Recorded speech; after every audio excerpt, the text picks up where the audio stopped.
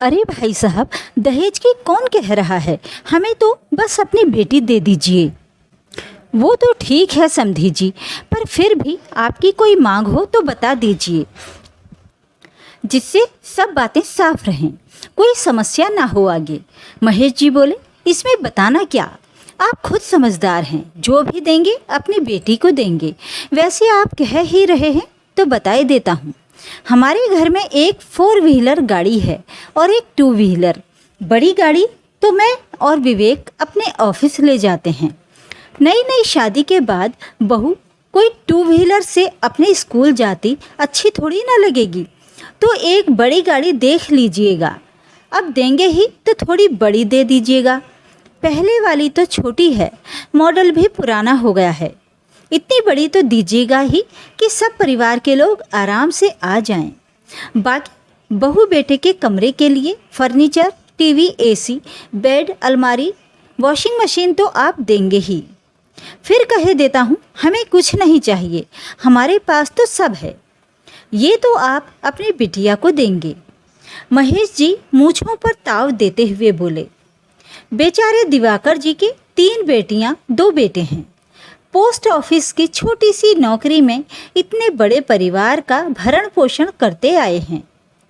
किसी तरह बड़ी बिटिया का ब्याह किया। अब दूसरे नंबर की रश्मि की बारी थी। पढ़ने में बहुत कुशाग्र बुद्धि की थी रश्मि, इसलिए जल्दी ही सरकारी अध्यापिका के पद पर आसीन हो गई। भले ही बेटी सरकारी नौकरी से ही क्यों न हो, ब्याह की चिंता तो रहती ही है। दिवाकर जी थे भी बहुत स्वाभिमानी। रश्मि कहती, पिताजी अब तो मैं भी घर के खर्चों में आपका सहयोग कर सकती हूँ। दिवाकर जी तुरंत उससे कहते, बेटी का पैसा लेकर अगर घर चलाना पड़े तो उस बाप का जीना बेकार है। अपने पैसे को संभाल के रख रश्मि, आड़े वक्त में काम आएगा। रश्मि भी उनकी बात को काट कर कह देती, आप ही ने तो पढ़ा लिखा कर इस काबिल बनाया है पिताजी कि आज अपने पैरों पर खड़ी हो पाई हूँ। फिर बेटी का क्या कोई फर्ज नहीं है अपने परिवार के प्रति? दिवाकर जी को तर्कों में कोई न हरा सकता था, रश्मि को ही चुप होना पड़ता। दिवाकर जी होने वाले समधी से बोले, समधी जी, ये बातें तो आपने पहले नहीं बताई, जब सगाई हो गई तब कह रहे हैं। माफ कीजिएगा पर बोलना पड़ रहा है। महेश जी गुस्से में उठते हुए बोले, क्या तुम अपनी बेटी को इतना भी नहीं दोगे? हमारी हैसियत के हिसाब से तो बात करो। मेरे विवेक के 1-1 करोड़ के रिश्ते आए थे, पर जब शर्मा जी आपकी बेटी का रिश्ता लेकर आए तो सोचा कि उनके जानने वालों में से हैं, अच्छी ही शादी करेंगे, इसलिए कहने की कोई जरूरत नहीं समझी।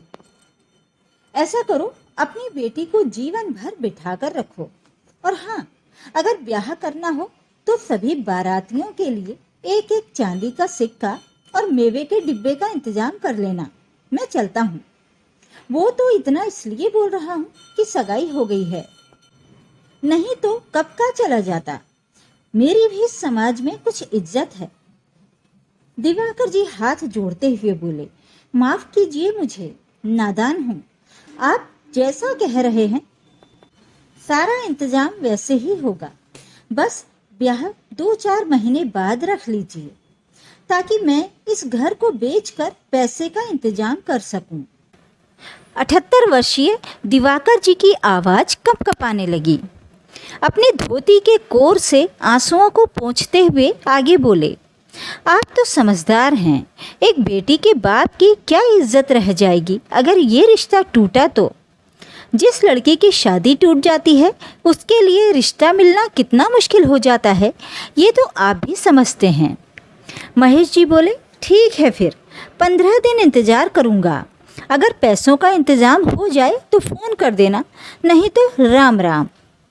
पता नहीं कब से रश्मि पर्दे के पीछे से खड़ी सारी बातें सुन रही थी।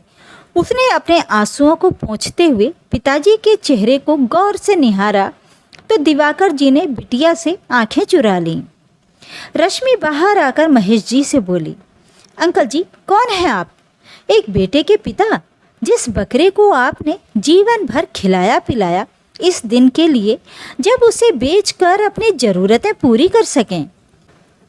खबरदार, मेरे पिताजी का अपमान किया तो अपने बेटे को बीच चौराहे पर खड़ा करके उसकी नीलामी क्यों नहीं लगवा देते?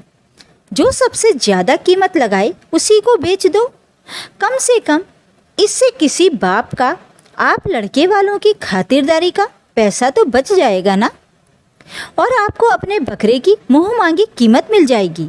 सही कहा ना पिताजी? आपको मेरी कसम है, अगर आपने ऐसे लालची लोगों के यहाँ मेरा रिश्ता किया तो कुंवारी रहना स्वीकार है मुझे, पर आपकी आंखों में आंसू, आपका इन गिरे हुए लोगों के आगे गिड़गिड़ाना, हमारे इस स्वर्ग जैसे घर को बेचना कतई बर्दाश्त नहीं है। देखिए मेरी तरफ, मेरी चिंता में कैसे हो गए हैं आप। अब समझ आया कि बेटी के पैदा होते ही लोग क्यों दुखी हो जाते हैं। जन्म से लेकर उसकी शादी तक बस बेटी के दहेज की ही चिंता रहती है एक बेटी के बाप को। पर अब नहीं, लड़की हूँ, लड़ सकती हूँ इस समाज से, खुद के पैरों पर खड़ी हूँ, आत्मनिर्भर हूँ। मैं कहीं नहीं जाऊँगी आपको छोड़कर। आपको सुख देने के दिन आए हैं। अब मैं आजीवन शादी नहीं करूँगी। ये लीजिए अंकल जी आपकी अंगूठी, अब आप जा सकते हैं।